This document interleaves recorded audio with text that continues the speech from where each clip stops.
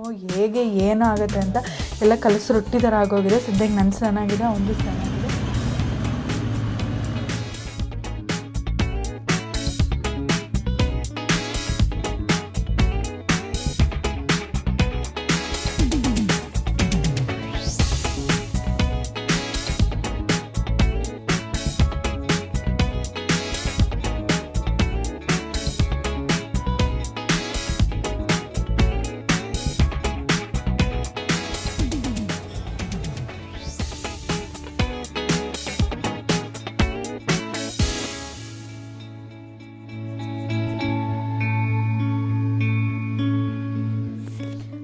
ನಮಸ್ಕಾರ, ನನ್ನ ಯೂಟ್ಯೂಬ್ ಚಾನಲ್ಗೆ ನಿಮಗೂ ಸ್ವಾಗತ.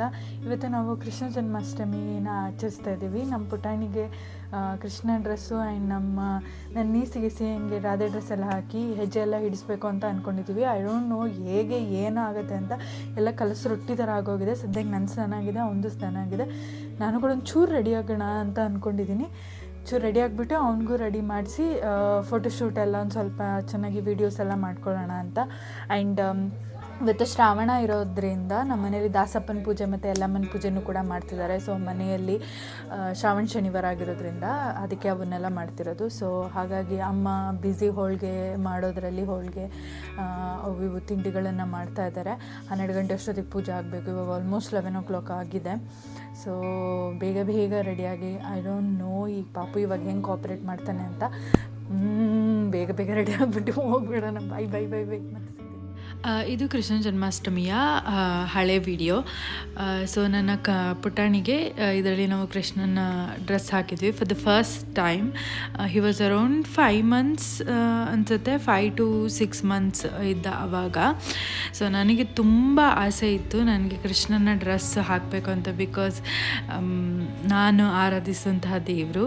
ನನಗಿನ್ನ ನೆನಪಿದೆ, previous year same Krishna Janmashtami ಟೈಮಲ್ಲಿ ನಾವು ಏನು ಮಾಡಿದ್ದೆ, ಸ್ವೀಡನಲ್ಲಿದ್ದೆ. ಸೊ ಹಾಗಾಗಿ ನಾನು ಹೆಜ್ಜೆಯನ್ನು ನಾನೇ ಕೈಯಲ್ಲಿ ಹೀಗೆ ಮಾಡಿ ಇಟ್ಟಿದ್ದೆ. ನನಗೆ ಕಂಪ್ಲೀಟಾಗಿ ನೆನಪಿದೆ. I was pregnant at that time. 2 months pregnant ಇದ್ದೆ ನಾನು ಅವಾಗ.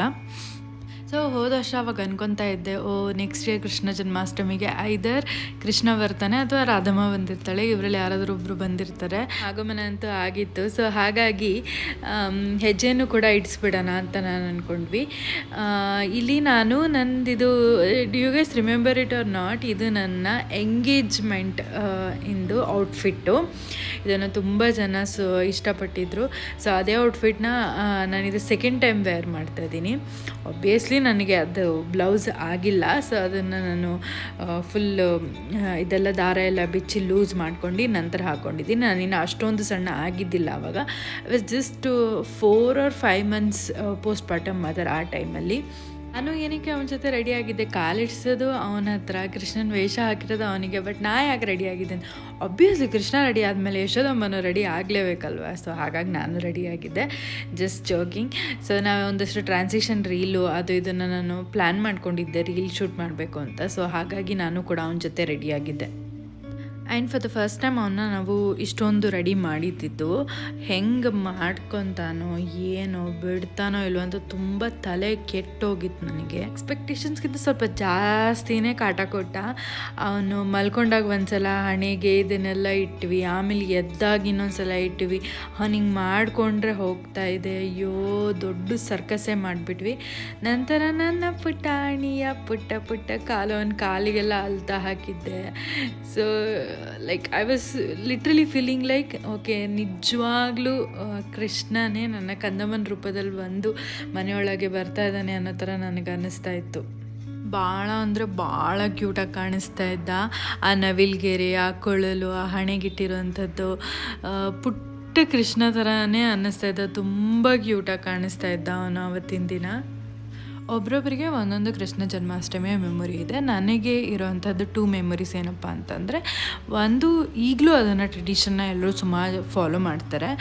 ಮಕ್ಕಳಿಗಳಿಗೆ ಕೃಷ್ಣನ ವೇಷ ಹಾಕಿಸಿ ದೇವಸ್ಥಾನಗಳಲ್ಲಿ ಅಲ್ಲಿ ಎಲ್ಲರೂ ಕರ್ಕೊಂಬಂದು ಫ್ಯಾನ್ಸಿ ಡ್ರೆಸ್ ಥರ, ಅಂದರೆ ಯಾರು ತುಂಬ ಚೆನ್ನಾಗಿ ರೆಡಿಯಾಗಿ ಬಂದಿರ್ತಾರೆ ಅವರಿಗೆ ಪ್ರೈಸ್ ಕೊಡೋದು. ಸೊ ಆ ಥರ ಇದೆ. ಸೊ ನನಗೆ ನೆನಪಿರೋದು ಅದು ನಾನು ಸಣ್ಣವರಿದ್ದಾಗ ಅದೇ ಥರ ಇದ್ದದ್ದು.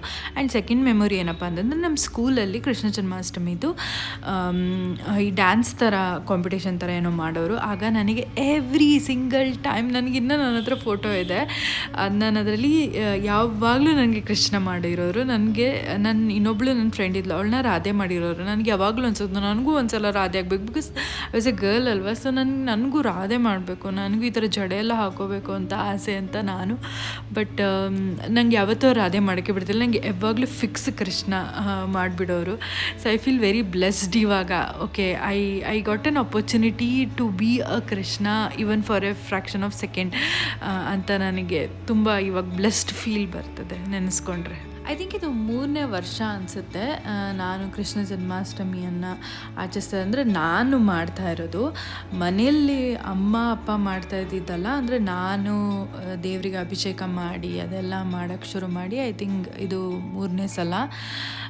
ಫಸ್ಟ್ ಟೈಮ್ ಅದೇ ನಮ್ಮ ಪಕ್ಕದ ಮನೆ ಪಾಪು ಹತ್ರ ಇದು ಮಾಡಿಸಿದ್ವಿ. Second time I was carrying and third time ನಮ್ಮ ಮನೆಗೆ ಪುಟ್ಟ ಕೃಷ್ಣ ಬಂದೇ ಬಿಟ್ಟಿದ್ದಾನೆ. ಅಂದರೆ ಹಾನೆಸ್ಟ್ಲಿ ಆನ್ಸರ್ ಇಲ್ಲ. ಅಂದರೆ ವೈ ಕೃಷ್ಣ ನಾಟ್ ಶಿವ ಅಥವಾ ಬೇರೆ ಯಾವುದಾದ್ರೂ ದೇವರು ಅಲ್ಲ ಅನ್ನೋದಕ್ಕೆ ನಿಜವಾಗ್ಲೂ ಗೊತ್ತಿಲ್ಲ. ಅಂದರೆ ಒಮ್ಮೊಮ್ಮೆ ಅನಿಸುತ್ತೆ ಆ ಪರ್ಟಿಕ್ಯುಲರ್ ದೇವರು ನಮ್ಮ ಲೈಫಲ್ಲಿ ಯಾವಾಗ ಹೇಗೆ ಹೋಗಿ ಬರ್ತಾನೆ ಗೊತ್ತಿಲ್ಲ. Like once he comes there is ಅಂದರೆ ಏನಂತಾರೆ, there is no way going back ಅಂತ ಹೇಳ್ತಾರಲ್ಲ ಹಾಗೆ.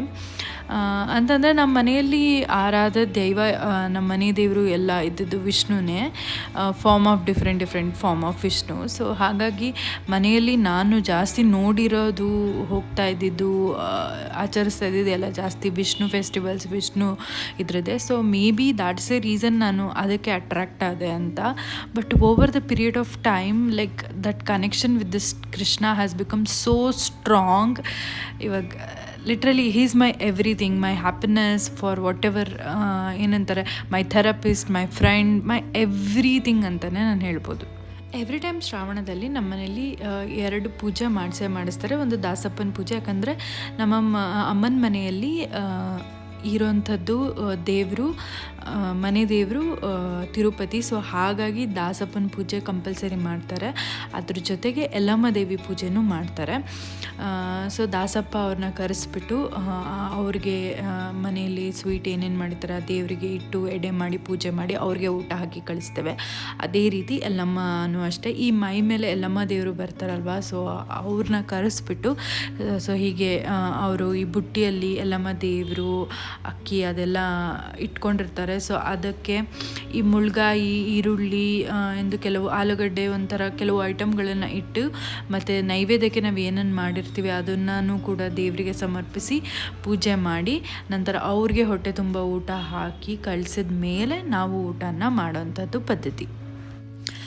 ಹೀಗೆ ನನಗೆ ಒಂದು ಸಣ್ಣ ಕಥೆ ನೆನಪಾಗ್ತಿದೆ. ಏನಪ್ಪ ಅಂತಂದರೆ, ನನಗೆ ಯಾಕೆ ನಮ್ಮ ಮನೇಲಿ ನನಗಾಗಲಿ ನಮ್ಮ ಅಣ್ಣಂಗಾಗಲಿ ಯಾಕೆ ನಮಗೆ ದೇವ್ರು ಕಂಡ್ರೆ ಬಹಳ ಅಂದರೆ ಭಕ್ತಿ ಅಥವಾ ನಾವು ತುಂಬ ನಂಬ್ತೇವೆ ಅನ್ನೋದಕ್ಕೆ ಒಂದು ಉದಾಹರಣೆ ಕೊಡ್ತೇನೆ.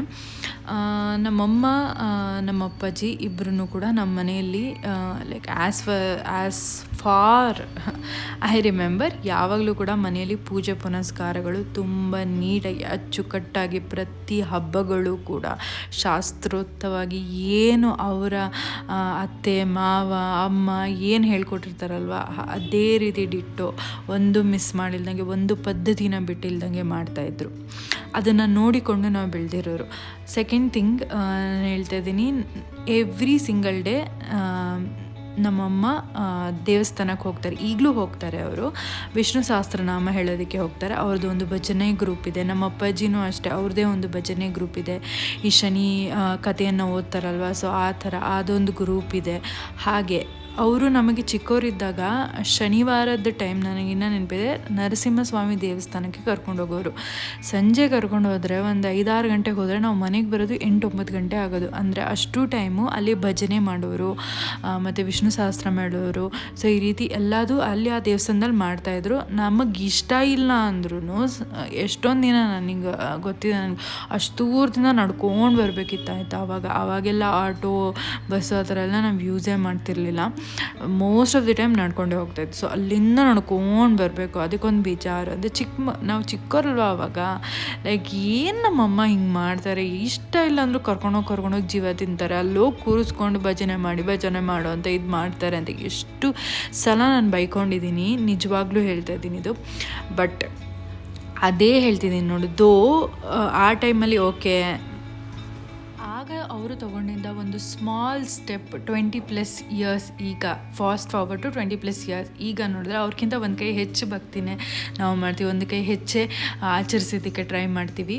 ಇಟ್ಸ್ ಆಲ್ ಅಬೌಟ್ ಲೈಕ್ ನಾವು ಯಾವ ರೀತಿ ಎನ್ವೈರನ್ಮೆಂಟಲ್ಲಿ ಬೆಳಿತೀವಿ ಅನ್ನೋದು. ನನಗೆ ಸೇಮ್ ವೇ ನನ್ನ ಮಗನಿಗೂ ನಾವು ಮಾಡುವಂತಹ ಪ್ರತಿಯೊಂದು ಹಬ್ಬಗಳು, ಆಚರಣೆಗಳು ಏನಿದೆ ಅವನು ಪ್ರತಿಯೊಂದು ತಿಳ್ಕೊಬೇಕು, ಅದನ್ನು ಕಲಿಬೇಕು, ಅದನ್ನು ಆಚರಿಸಬೇಕು, ಮುಂದೆ ಅವನ್ನ ತೊಗೊಂಡು ಹೋಗಬೇಕು ಅದನ್ನು ಅನ್ನೋದು ನನ್ನ ಆಸೆ. ಸೊ ಹಾಗಾಗಿ ನಾನು ಅವನು ಹುಟ್ಟಿದ ಮೇಲಂತೂ ಪ್ರತಿಯೊಂದು ಹಬ್ಬಗಳನ್ನು ನಾನೇ ಎಕ್ಸ್ಟ್ರಾ ಕಾನ್ಷಿಯಸ್ ಆಗಿ ಪ್ರತಿಯೊಂದೂ ಪದ್ಧತಿ ಪ್ರಕಾರ ಮಾಡೋದಕ್ಕೆ ಟ್ರೈ ಮಾಡ್ತಿದ್ದೀನಿ. ಬಿಕಾಸ್ ಇಟ್ಸ್ ಎ ಲೆಗೆಸಿ ಅಲ್ವಾ, ಅಂತಂದರೆ ನಮ್ಮ ಹಬ್ಬಗಳನ್ನು ನಾವೇ ಮಾಡಿಲ್ಲ ಅಂದರೆ ಬೇರೆ ಯಾರು ಮಾಡ್ತಾರೆ.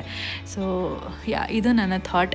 ಸೊ ಈ ವಿಡಿಯೋ ನಿಮಗೆ ಇಷ್ಟ ಆಗಿದೆ ಅಂತ ನಾನು ಭಾವಿಸ್ತಾ ಇದ್ದೀನಿ. ಮತ್ತೆ ಇನ್ನೊಂದು ವಿಡಿಯೋದೊಂದಿಗೆ ಸಿಗ್ತೇನೆ. ಅಲ್ಲಿ ತನಕ I am Arpita Telkar. Keep watching, keep supporting, love you, bye.